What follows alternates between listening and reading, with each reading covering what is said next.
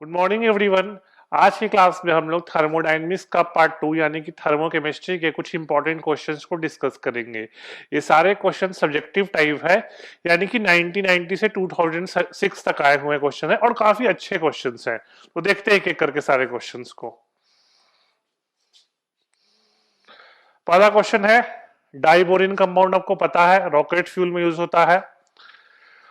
तो डाइबोरिन का combustion reaction आपको दिया है B2H6 प्लस 3O2 इस B2O3 प्लस H2O, ठीक है।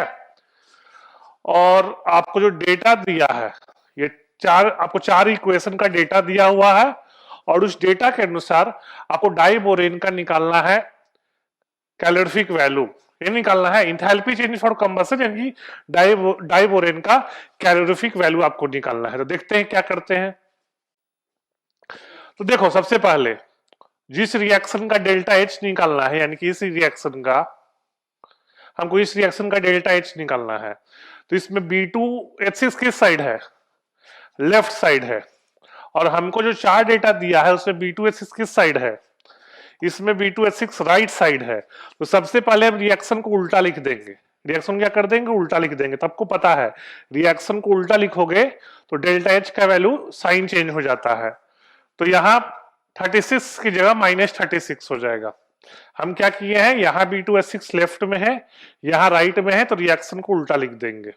फिर देखो, B2O3 सॉलिड यहां भी राइट में है, B2O3 सॉलिड यहां भी राइट में है, तो इसको कुछ करने की जरूरत नहीं है, एज इट इज छोड़ देंगे। तो ये एज इट इज रह गया। फिर देख लो 3H2O गैस, ध्यान रखना H2O गैस है और 3H2O गैस है। तो H2O गैस किस में है? थर्ड इक्वेशन में। लेकिन कितना H2O गैस है? एक। तो इसको 3 से मल्टीप्लाई कर दो, तो 3 से मल्टीप्लाई कर दोगे तो ये 132 आ जाएगा, है ना। और एक चीज ध्यान रखना, हमको H2O गैस चाहिए, H2O लिक्विड नहीं चाहिए, ये इंपॉर्टेंट है। हमको H2O गैस चाहिए, H2O लिक्विड नहीं चाहिए। तो बेसिकली हुआ क्या कि अगर आप ऐड करोगे, है ना, फर्स्ट इन दोनों इक्वेशन को ऐड करोगे तो H2O लिक्विड कैंसिल आउट हो जाएगा। तो मतलब हमको जो H2O गैस चाहिए वो एज इट इज मिल जाएगा। अच्छा, तो खुद देखो, जब थर्ड इक्वेशन को 3 से मल्टीप्लाई किए हो तो 3H2O लिक्विड हो गया।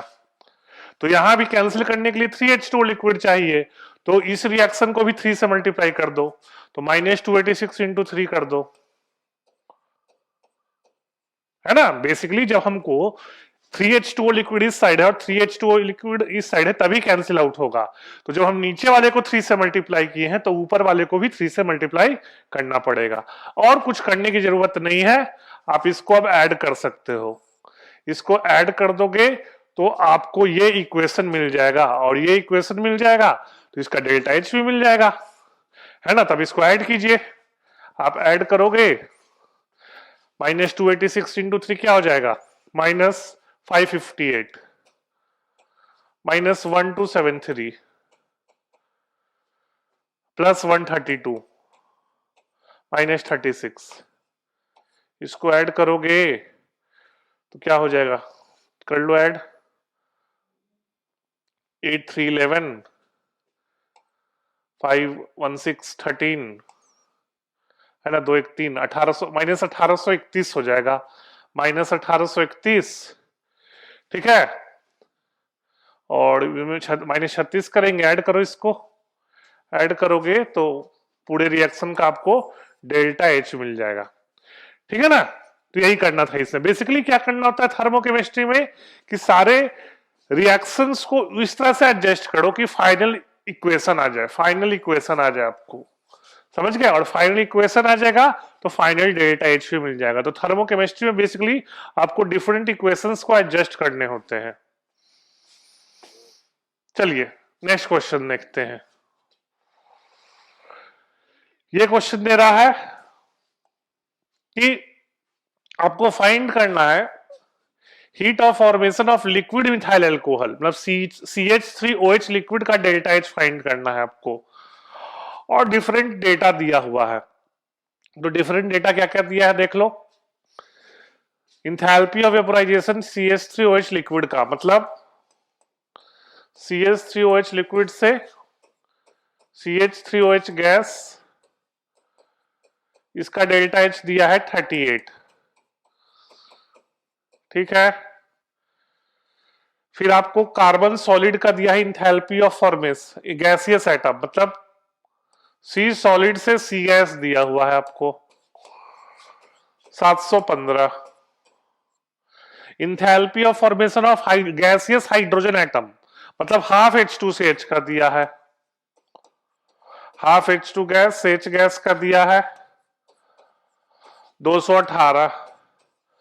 Enthalpy of formation of gaseous oxygen atom, मतलब हाफ O2 गैस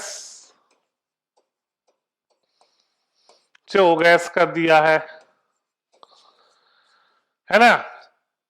और हाँ, और आपको बॉन्ड एनर्जी डेटा ये सब दिया हुआ है, बॉन्ड एनर्जी डेटा दिया हुआ है। तो देखो क्या करना है, पहले तो आपको ये इक्वेशन दिया है ना, इनका डेटा आपको पता होना चाहिए। और इन इक्वेशन का डेटा जब आपको पता चल जाएगा, है ना, पर ये इंपॉर्टेंट डेटा आपको सारे पते हैं, फिर आपको देखो क्या करना है। आपको ध्यान रखना कि ये पता होना चाहिए आपको, बॉन्ड फॉर्मेशन और बॉन्ड डिसोसिएशन होता है गैसियस स्टेट में। किसमें होता है? हमेशा गैसियस स्टेट में। तो अगर हम इंथैल्पी ऑफ फॉर्मेशन का इक्वेशन लिखे, है ना, CH2 है ना, और CH3OH है ना, तो हाँ, तो CH2H2 gas plus half O2 gas, ये मिल जाएगा आपको CH3OH, आपको मिल जाएगा यहां से CH3OH। आपको बॉन्ड फॉर्मेशन बताए थे जैसे कि गैसियस स्टेट में होता है। ध्यान रखना इस चीज को कि बॉन्ड फॉर्मेशन और बॉन्ड डिसोसिएशन हमेशा गैसियस स्टेट में आता है। तो हम चूंकि यहां बॉन्ड एनर्जी डेटा यूज करेंगे, तो बॉन्ड एनर्जी डेटा यूज करेंगे तो गैसियस स्टेट का लेंगे। तो आप बोलोगे सर आपने यहां सॉलिड क्यों लिया, कार्बन सॉलिड? तो कार्बन सॉलिड के लिए जो बॉन्ड एनर्जी डेटा हो जाएगा वो enthalpy of formation of gaseous atom, ये यूज कर देंगे, ठीक है। और इससे क्या मिल जाएगा हमको? Enthalpy of formation of gaseous CH3OH, क्या मिल जाएगा? Gaseous CH3OH। और आपको दिया हुआ है enthalpy of vaporization of CH3OH liquid, मतलब क्या है?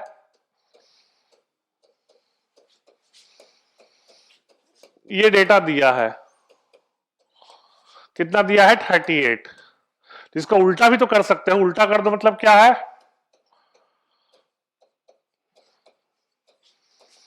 ये कर दो और इसका डेटा -38 हो जाएगा। और इस रिएक्शन का डेल्टा H आप निकाल सकते हो, bond energy of reactant minus bond energy of product. याद रखना, अगर रिएक्टेंट प्रोडक्ट का बॉन्ड एनर्जी डेटा दिया रहे तो यूज होगा bond energy of reactant minus bond energy of product. तो कार्बन सॉलिड का बॉन्ड एनर्जी हो जाएगा जो enthalpy of formation of gaseous carbon, तो हो जाएंगे, लिख ले सकते हैं 1 × 715 प्लस 2 हाइड्रोजन का बॉन्ड, 2H2 गैस है तो हाइड्रोजन का बॉन्ड एनर्जी, तो आपको पता था हाफ H2 से H का 218 है ना, पढ़े थे हाफ H2 से H का। तो H2 से 2H का क्या हो जाएगा? 2 से मल्टीप्लाई कर दो, 436। सिमिलरली ऑक्सीजन के लिए 498 हो जाएगा, तो हाफ इंटू 498, है ना। और CH3OH, तो CH3OH का स्ट्रक्चर लिखोगे तो 3 कार्बन हाइड्रोजन बॉन्ड आएगा, तो माइनस कर देंगे। 3 × CH कितना दिया है? 415। एक कार्बन ऑक्सीजन बॉन्ड होगा 356 और एक 463, एक OH बॉन्ड होगा। आपको स्ट्रक्चर पता है CH3OH का, है ना, ऐसा होता है ना, ये है। तो 3 कार्बन हाइड्रोजन बॉन्ड, एक कार्बन ऑक्सीजन बॉन्ड, एक ऑक्सीजन हाइड्रोजन बॉन्ड। तो इसका बॉन्ड एनर्जी डेटा लिख दिए, तो इससे आपको इसका इक्वेशन मिल जाएगा, इसका दिया है, ऐड कर दोगे, आ जाएगा। ठीक है, थोड़ा कैलकुलेटिव पार्ट है, कैलकुलेशन कर लीजिएगा, मेथड ठीक है। ठीक है, तो नेक्स्ट क्वेश्चन में मूव करते हैं।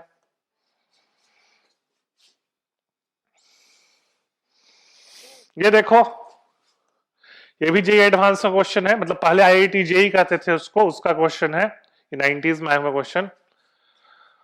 आपको इस रिएक्शन का डेल्टा एच निकालना है। अब दिया क्या है, हाइड्रोजन का इंथैल्पी ऑफ कंबसन, मीथेन का इंथैल्पी ऑफ कंबसन, इथेन का और कार्बन का।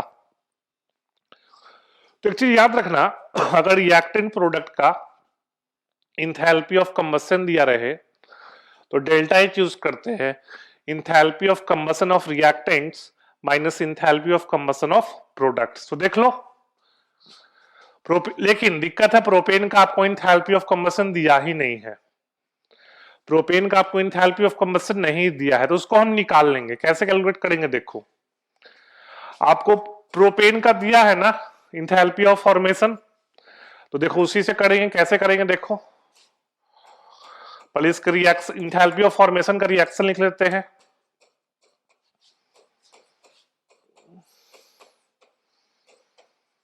और ये हो जाएगा -103.8 दिया है। और आपको पता है एक चीज ध्यान रखिएगा कि आपको इस रिएक्शन का डेल्टा एच दिया है और कार्बन का इंथैल्पी ऑफ कंबसन दिया हुआ है और हाइड्रोजन का इंथैल्पी ऑफ कंबसन भी दिया हुआ है और प्रोपेन का निकालना है। तो जैसा कि बताए थे, रिएक्टेंट और प्रोडक्ट दोनों का इंथैल्पी ऑफ कंबसन दिया रहे तो डेल्टा एच होता है enthalpy of combustion of reactant minus enthalpy of combustion of product. तो देख लो डेल्टा एच इस रिएक्शन का जो कि दिया है -103.8 इज इक्वल टू हो जाएगा कार्बन का 3 इंटू कर दो, हाइड्रोजन का 4 टाइम्स कर दो,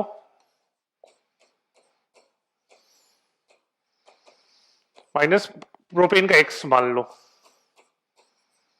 तो यहां से आपको x मिल जाएगा। x क्या है, प्रोपेन का इंथैल्पी ऑफ कंबसन। x क्या है, प्रोपेन का इंथैल्पी ऑफ कंबसन। और प्रोपेन का इंथैल्पी ऑफ कंबसन मिल गया जो कि x है, तो इस रिएक्शन का डेल्टा एच क्या हो जाएगा, enthalpy of combustion of reactant minus enthalpy of combustion of product. तो प्रोपेन का x हाइड्रोजन का दिया हुआ है,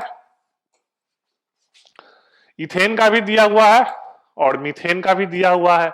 आप डायरेक्टली वैल्यू पुट कर दो, ठीक है। तो बेसिकली कैलकुलेशन ज्यादा है, क्वेश्चंस काफी आसान है। तो एक चीज आपको हम तीन फॉर्मूला बता रहे हैं, उससे थर्मोकेमिस्ट्री के मेजॉरिटी ऑफ क्वेश्चंस हो जाते हैं। देख लो क्या क्या है वो।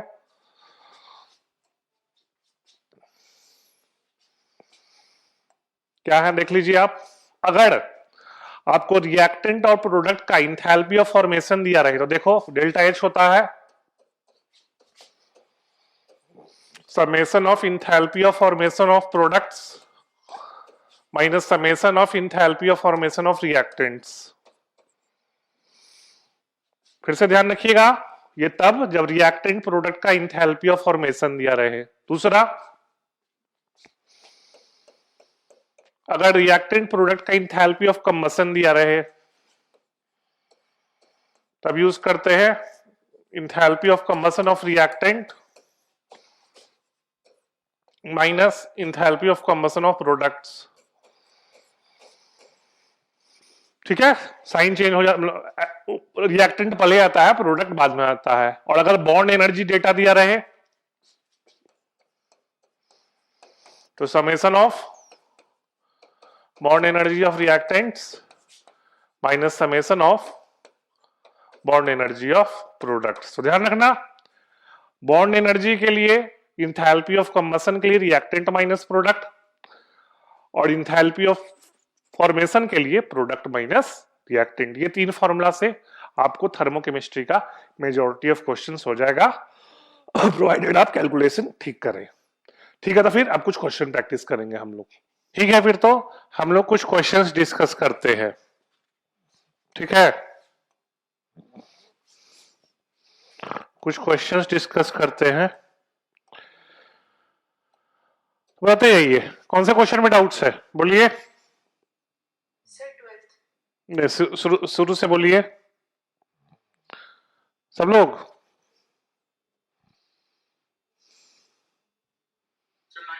नाइन्थ देखिए आपको इंथैल्पी ऑफ फॉर्मेशन ऑक्टेन का आपको दिया है -250। तो देख लो क्या होगा इंथैल्पी ऑफ फॉर्मेशन का इक्वेशन, C8H18 है तो 9H2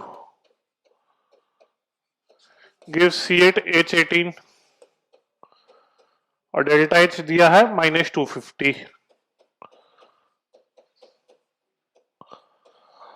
और दिया क्वेश्चन में calculate the enthalpy of combustion of octane. ठीक है, तो फिर इक्वेशन लिख दो इसका। वैसे आपको पता है हाइड्रोकार्बन के कंबशन का जनरल फॉर्म होता है CxHy plus X plus Y/4।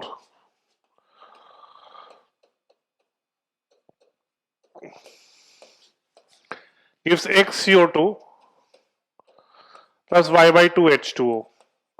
तो इस रिएक्शन का आपको डेल्टा H फाइंड करना है, इंथैल्पी ऑफ कंबशन फाइंड करना ऑक्टेन का, मतलब इस इक्वेशन का आपको डेल्टा H फाइंड करना है। हाँ तो इजी है, देखो आपको ऑक्टेन का दिया है enthalpy of formation, carbon dioxide का दिया है और वाटर का दिया है, तो यूज कर लो ना फॉर्मूला। अगर रिएक्टेंट प्रोडक्ट सबका इंथैल्पी ऑफ फॉर्मेशन दिया रहे तो आपको डेल्टा H होता है enthalpy of formation of product minus enthalpy of formation of reactant. तो देख लो डेल्टा H हो जाएगा, CO2 को क्या दिया इंथैल्पी ऑफ फॉर्मेशन -394, 8 से मल्टीप्लाई कर रहे हैं, कोफिशिएंट 8 है। H2O क्या दिया है -394 -286 सॉरी -286 और C8H18 का दिया है आपको -250, तो -1 इंटू -250। नहीं फॉर्मेशन डेटा है ना, तो फॉर्मेशन डेटा दिया है मतलब प्रोडक्ट माइनस रिएक्टेंट, ठीक है ना। फॉर्मेशन डेटा ना यूज किए हम कार्बन डाइऑक्साइड का फॉर्मेशन डेटा यूज किए, हम वाटर का फॉर्मेशन डेटा यूज किए, ऑक्टेन का फॉर्मेशन डेटा यूज किए, तो प्रोडक्ट माइनस रिएक्टेंट। O2 का क्यों नहीं यूज किए, क्योंकि ऑक्सीजन का स्टैंडर्ड स्टेट में एंथैल्पी फॉर्मेशन 0 होता है। सॉल्व कर लो इसको, क्या आ जाएगा, सॉल्व कर लोगे तो आ जाएगा -5476 किलोजूल पर मोल।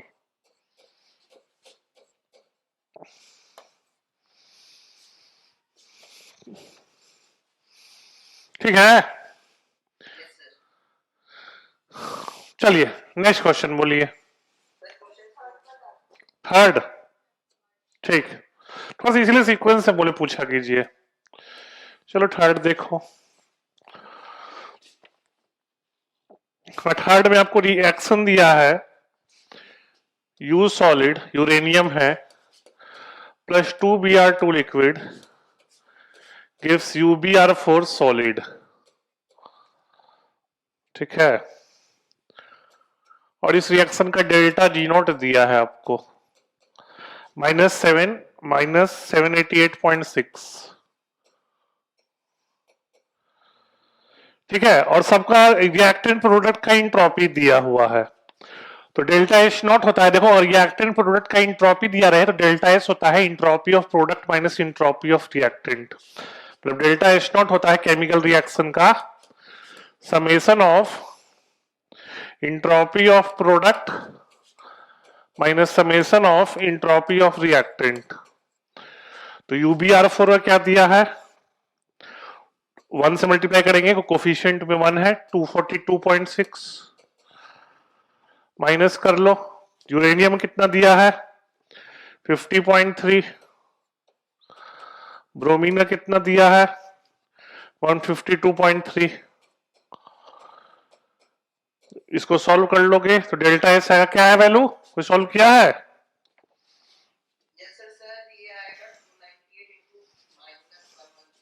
क्या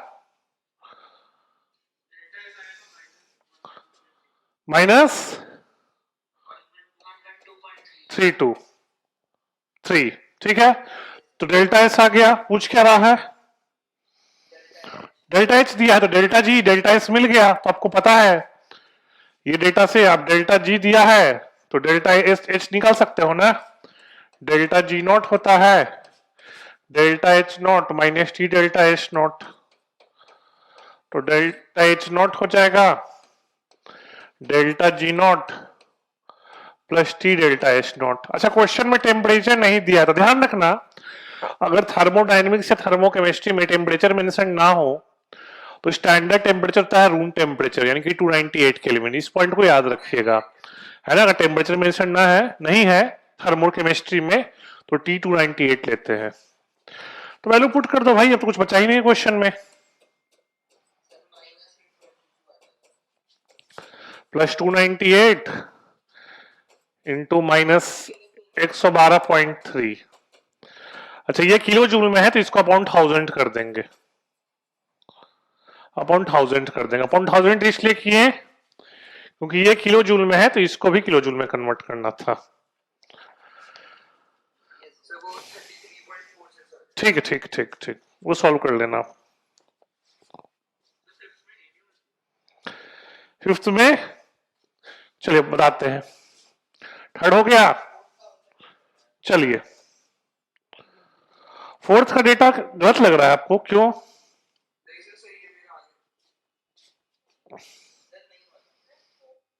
फोर्थ में इजी है, देख लो, फोर्थ में उसी तरह का है।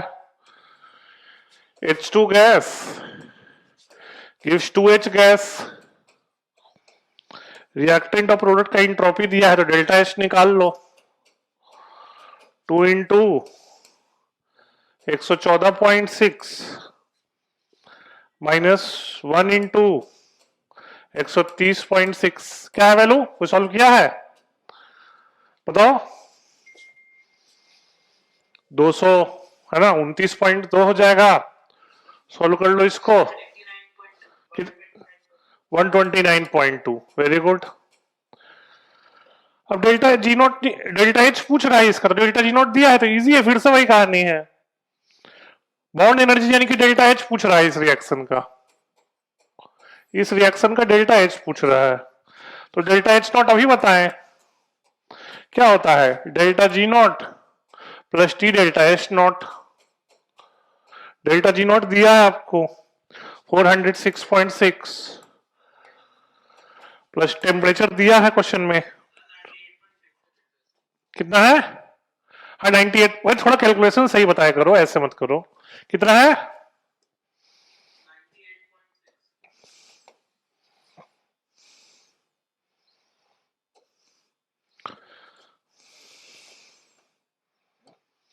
2 इंटू कितना है? 2 इंटू, एक मिनट, 2 इंटू,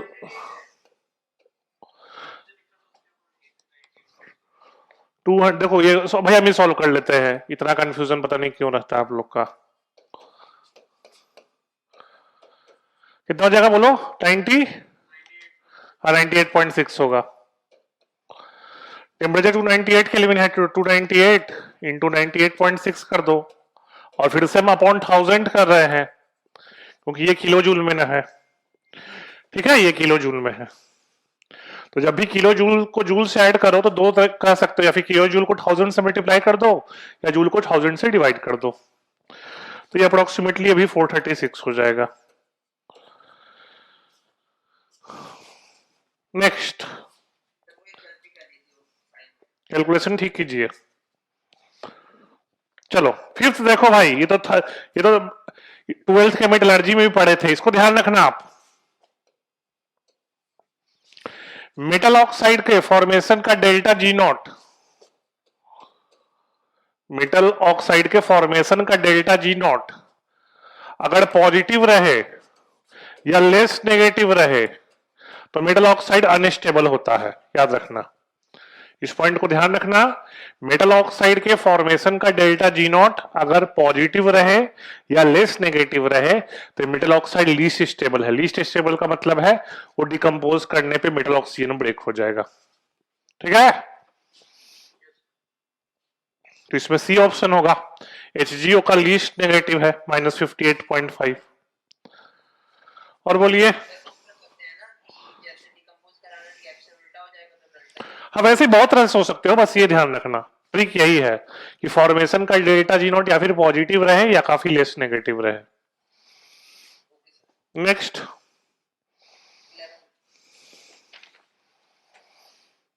11 तो बहुत इजी क्वेश्चन है। चलिए कोई बात नहीं। आपसे पूछ रहा है,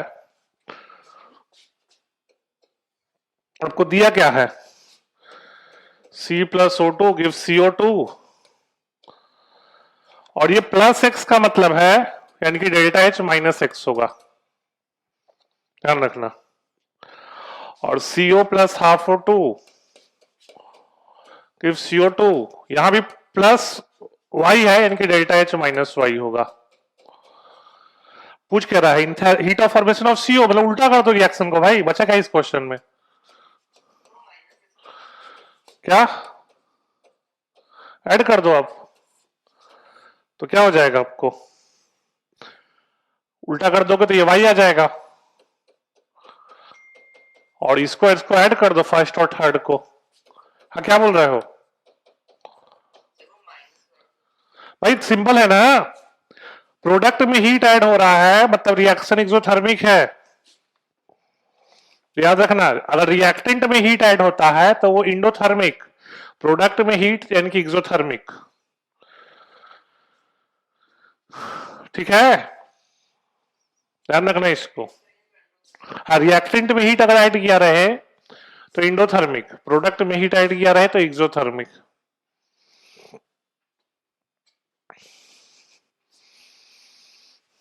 नेक्स्ट 10th,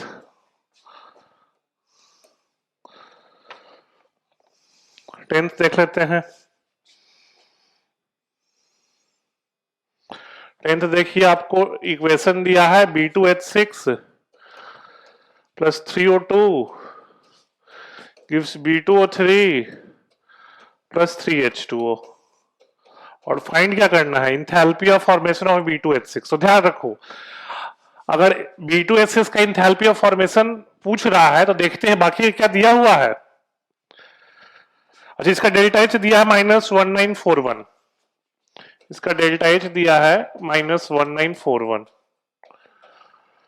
तो देख लो, B2O3 का दिया है बिल्कुल सही, H2O का भी दिया है बिल्कुल सही, तो बच्चा क्या इजी है, क्वेश्चन हो गया। प्रोडक्ट का दिया है, रिएक्टेंट का निकालना है, तो डेल्टा एच यूज कर देंगे, formation of product minus reactant, तो लिख लो डेल्टा एच इक्वल टू क्या ही वैल्यू है -1941 इक्वल टू प्रोडक्ट में कौन है, B2O3 दिया हुआ होगा, हाँ तो 1 इंटू -1273 प्लस H2O गैस का भी दिया है ना, 3 इंटू -241.8, B2H6 का निकालना है तो x मान लो, तो -1 इंटू एक्स, और ऑक्सीजन का तो 0 होगा, एलिमेंट का अपने स्टैंडर्ड स्टेट में इंथैल्पी ऑफ फॉर्मेशन 0 होता है, x निकाल लो, है ना, x आ जाएगा आपको -57.4।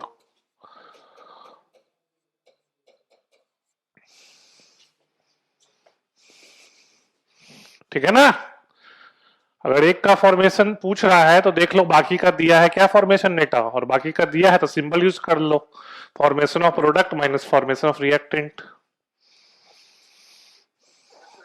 13th,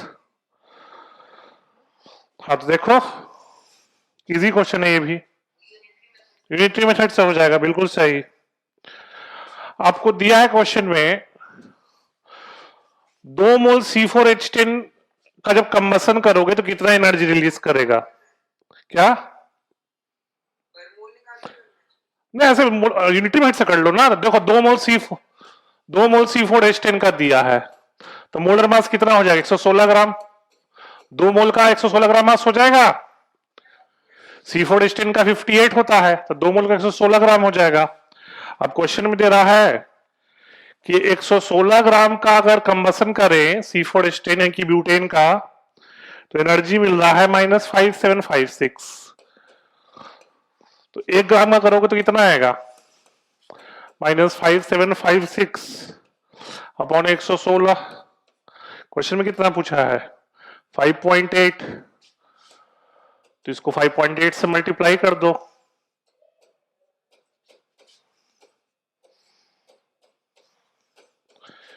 बीस से मल्टीप्लाई हो, ये 20 टाइम्स कैंसिल आउट हो जाएगा, आ जाएगा -287.8। माइनस साइन बस ये इंडिकेट कर रहा है कि एनर्जी रिलीज हो रहा है, ठीक है। ऑप्शन में माइनस नहीं दिया है, कोई क्वेश्चन भी पूछ दिया कितना एनर्जी रिलीज होगा, minus sign indicates release of energy, ठीक है, देख लो।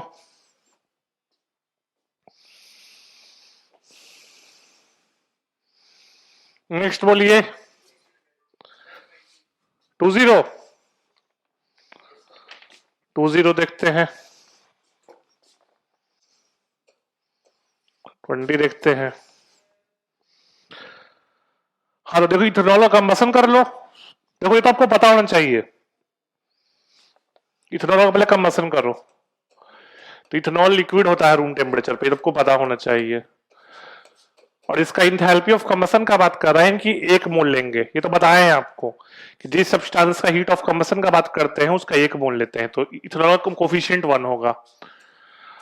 प्लस इसका बैलेंसिंग देख लेते हैं हम, एक बार चेक करने दो हमको।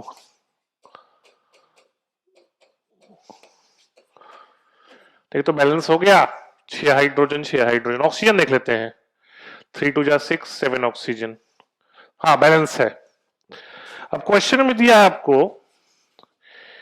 Heat of combustion at constant pressure, यानी कि डेल्टा एच दिया है आपको, और पूछ रहा है heat of combustion at constant volume, तो डेल्टा ई होता है।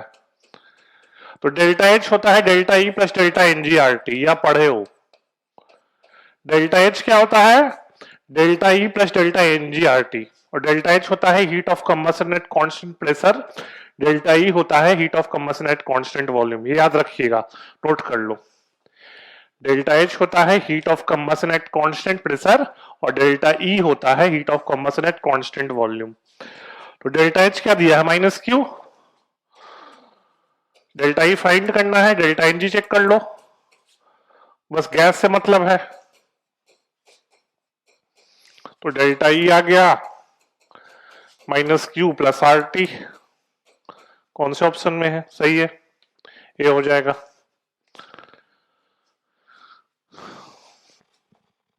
नेक्स्ट यार सीक्वेंस से पूछा करो यार, ऐसे नहीं कि आगे चल के पीछे आ गए, थोड़ा सीक्वेंस से पूछा करो। 17 देखिए क्या है। हाँ तो पूछ रहा है आपको, हाँ देखो क्वेश्चन पूछ रहा है कि अगर H2O वेपर फॉर्म में हो, एक से अगर क्वेश्चन देखो सेकंड इक्वेशन में H2O लिक्विड फॉर्म में फॉर्म हुआ है, तो क्वेश्चन पूछ रहा है कि अगर H2O वेपर फॉर्म होता है H2O लिक्विड की जगह, तो क्या क्या डेल्टा एच होता, तुम खुद देखो। 2CH3OH liquid plus 3O2 gas gives 4H2O liquid plus 2CO2 gas, और इसका डेल्टा एच है -1453 किलो जूल पर मोल। अब क्वेश्चन में दे रहा है कि अगर H2O लिक्विड की जगह H2O गैस फॉर्म होता तो क्या होता, तो आपको पहला इक्वेशन देखो। तो बेसिकली क्या करना है आपको, H2O लिक्विड को एलिमिनेट करना है, तो ऐसा देख लो, अगर हम ये इक्वेशन लिख दें 4H2O लिक्विड से 4H2O गैस, तो पहला इक्वेशन को 4 से मल्टीप्लाई करना पड़ेगा, 176 हो जाएगा, और ये दोनों को ऐड कर दो, ये दोनों को ऐड कर दोगे तो H2O लिक्विड एलिमिनेट हो जाएगा, बोलो, और राइट साइड में H2O गैस आ जाएगा, तो ऐड कर, तो ओवरऑल डेल्टा एच क्या हो जाएगा, -1453 प्लस 176 इक्वल टू -1277। समझ में आया, पक्का?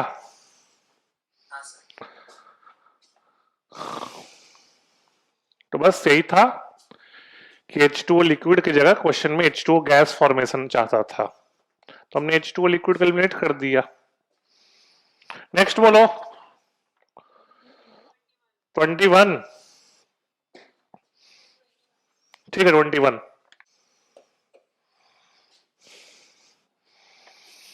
21 देखो, आप लोग बॉम्ब कैलोरीमीटर के क्वेश्चन करते थे तो उससे बस हीट कैपेसिटी देता था और सिंपली आप कर देते थे कि जो Q इक्वल टू था minus Z into delta T, यही करते थे ना। बॉम्ब कैलोरीमीटर में जो हीट एनर्जी रिलीज होता है कांस्टेंट वॉल्यूम पे, वो आप करते थे minus Z into delta T. अभी इसमें लेकिन इसको दो पार्ट में ब्रेक कर दिया है, एक हीट कैपेसिटी दे दिया है और एक वाटर का भी दे दिया है हीट कैपेसिटी, तो आपको दोनों ऐड करना पड़ेगा। मतलब जो स्टीयरिक एसिड के कंबसन से एनर्जी रिलीज हुआ, वो बॉम्ब कैलोरीमीटर का तो टेम्परेचर बढ़ाए ही, वाटर का भी टेम्परेचर बढ़ा दिया, मतलब पूरे सिस्टम को दो पार्ट में ब्रेक कर दिया है, तो दोनों का ऐड करना पड़ेगा। तो देख लो क्या हो जाएगा, Q इक्वल टू,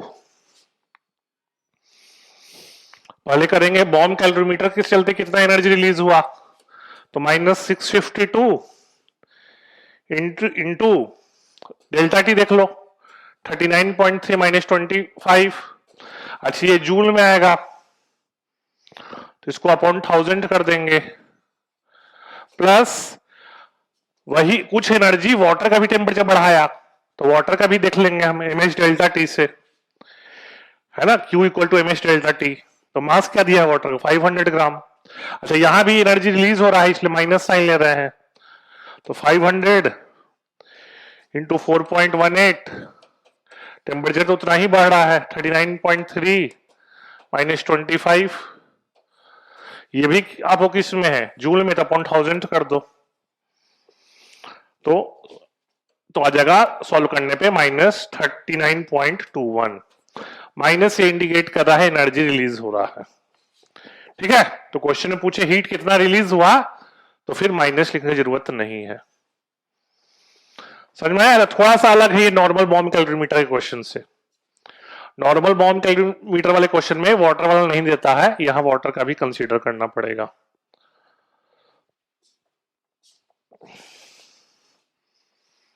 हो गया, हाँ मैच कर गया था भाई, -Q प्लस RT।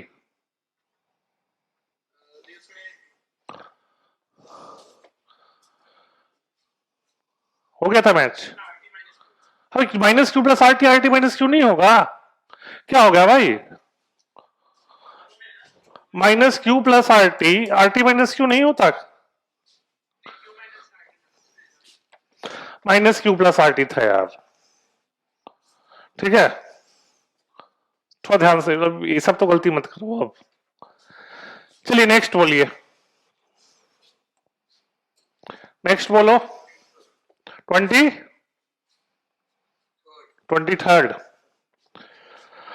भी इजी क्वेश्चन देख लो आप।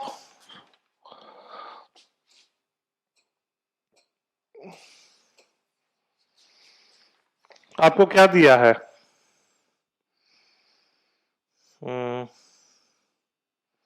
enthalpy of formation of PCl3, enthalpy of atomization of phosphorus, ठीक है।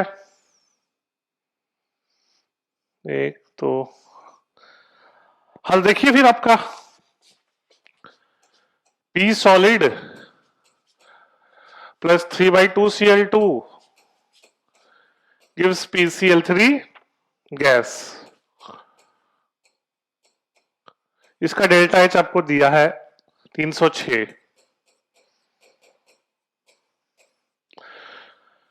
अब देखो फॉस्फोरस का इंथैल्पी ऑफ एटोमाइजेशन दिया है 314, तो यूज करेंगे, यहां हम बॉन्ड एनर्जी डेटा यूज कर रहे हैं। देखो अगर इंथैल्पी ऑफ एटोमाइजेशन ये सब यूज कर रहे हो ना, मतलब बॉन्ड एनर्जी डेटा यूज कर रहे हो, तो बॉन्ड एनर्जी में था delta H equal to summation of bond energy of reactant minus summation of bond energy of product. तो देखो क्या करेंगे हम, डेल्टा H इक्वल टू क्या है 306 equal to 1 times enthalpy of atomization, जो कि फास्फोरस एक तरह से बॉन्ड एनर्जी हो गया 314। अच्छा आपको एक क्लोरीन एटम का दिया है फॉर्मेशन 121, एक का कितना दिया है 121, तो यहां पे अगर 3/2 से कर दोगे मल्टीप्लाई, 3 हो गए ना, तो 3/2 Cl2 मतलब 3 क्लोरीन। अब ऐसे सोचो 3/2 Cl2 मतलब 3 क्लोरीन, तो 3 से मल्टीप्लाई करना पड़ेगा। हाँ क्या हुआ, हेलो कुछ है ना, 3 से मल्टीप्लाई कर दो, तो 3 इंटू 121 और प्रोडक्ट में PCl3 है तो PCl3 का स्ट्रक्चर देख लो, 3 फास्फोरस क्लोरीन बॉन्ड है और फास्फोरस क्लोरीन का बॉन्ड इंथैल्पी दिया है कि पूछ रहा है तो उसको x मान लेते हैं, -3 इंटू एक्स, एक का x मान लिए तो देख लो 306 306 इक्वल टू 314 प्लस 363 -3x इम्प्लाइज 3x क्या हो जाएगा, इधर लेके आ जाओ 8 369 x क्या आ जाएगा 123 ऑप्शन है, चलेगा सही है ना 8, हाँ ठीक है चलेगा।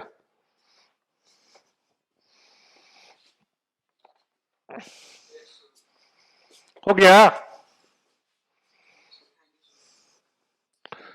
23 समझ में आ रहा है आप लोग को? नेक्स्ट बोलो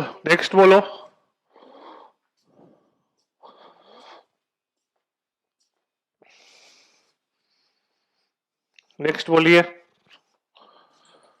सर जो लास्ट क्वेश्चन है, हाँ सर वो उसी तरीके से करना है ना, वो जो आपने फॉर्मूले स्टार्टिंग में बताए थे। हाँ उसी से करना है, चलो बता देते हैं 25, लास्ट क्वेश्चन 25 बता देते हैं। 25 देख लो, आपको लगता है इसमें पूछ रहा है N2H4 का एंथैल्पी ऑफ फॉर्मेशन, ठीक है, क्योंकि बाकी डेटा तो दिया हुआ है, तो देख लो कैसे होगा, पहले इक्वेशन लिख लो।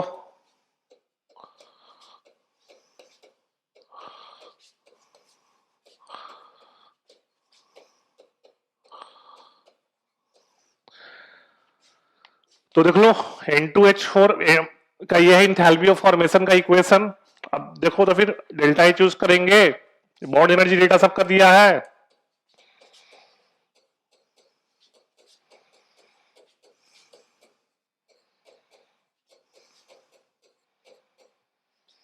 अब देख लीजिए आप नाइट्रोजन का बॉन्ड एनर्जी डेटा कितना दिया है, नाइट्रोजन में N ट्रिपल बॉन्ड N होता है, याद रखना स्ट्रक्चर को बताना चाहिए, नाइट्रोजन में N ट्रिपल बॉन्ड N है तो 1 इंटू 941, हाइड्रोजन में HH सिंगल बॉन्ड होता है तो 2 इंटू 436। अब N2H4 का स्ट्रक्चर देख लो, इनको नहीं पता,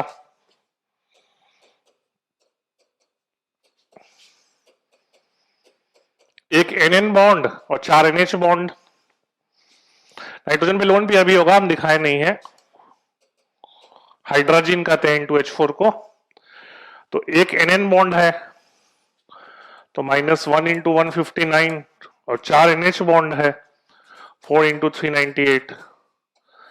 अब इसको सॉल्व कर लो, सॉल्व कीजिए, कितना था है, शायद 622 आएगा। हाँ बोलो, N2 का स्ट्रक्चर में N ट्रिपल बॉन्ड नहीं होता भैया, बॉन्ड एनर्जी डेटा ले रहे हैं, एंथैल्पी ऑफ फॉर्मेशन डेटा नहीं ले रहे हैं, है ना, तभी तो रिएक्टेंट माइनस प्रोडक्ट किए हैं। अगर फॉर्मेशन करते तो क्या करते, प्रोडक्ट माइनस रिएक्टेंट ना, और लिख भी दिया है साफ साफ, bond energy of reactant minus bond energy of product. Bond energy data ले रहे हैं, तुम एंथैल्पी ऑफ फॉर्मेशन पे क्यों जा रहे हो? इस रिएक्शन का जो डेल्टा H है वो enthalpy of formation into H4 का ही ना हो जाएगा, तो वही चीज है, हम बॉन्ड एनर्जी से डेल्टा H निकाल लिए, ठीक है ना, डेल्टा H आप बहुत तरह से निकाल सकते हो, बॉन्ड एनर्जी डेटा से, फॉर्मेशन डेटा से, कंबशन डेटा से, वो तो बस आपको देखना है कौन सा फॉर्मूला यूज कर सकते हैं। ध्यान रखना फिर से, फॉर्मेशन वाले में प्रोडक्ट माइनस रिएक्टेंट और कंबशन बॉन्ड एनर्जी में रिएक्टेंट माइनस प्रोडक्ट, और ये याद रखना एलिमेंट का स्टैंडर्ड स्टेट में एंथैल्पी ऑफ फॉर्मेशन 0 होता है, बाकी तो आप अपने आप कर लोगे आराम से, ठीक है। तो फिर आज के लिए इतना ही है, अच्छे से जो क्वेश्चन दिए हैं उसको रिवाइज कीजिएगा, नेक्स्ट क्लास में हम लोग केमिकल इक्विलिब्रियम के अच्छे क्वेश्चंस को डिस्कस करेंगे। आज के लिए इतना ही, थैंक यू।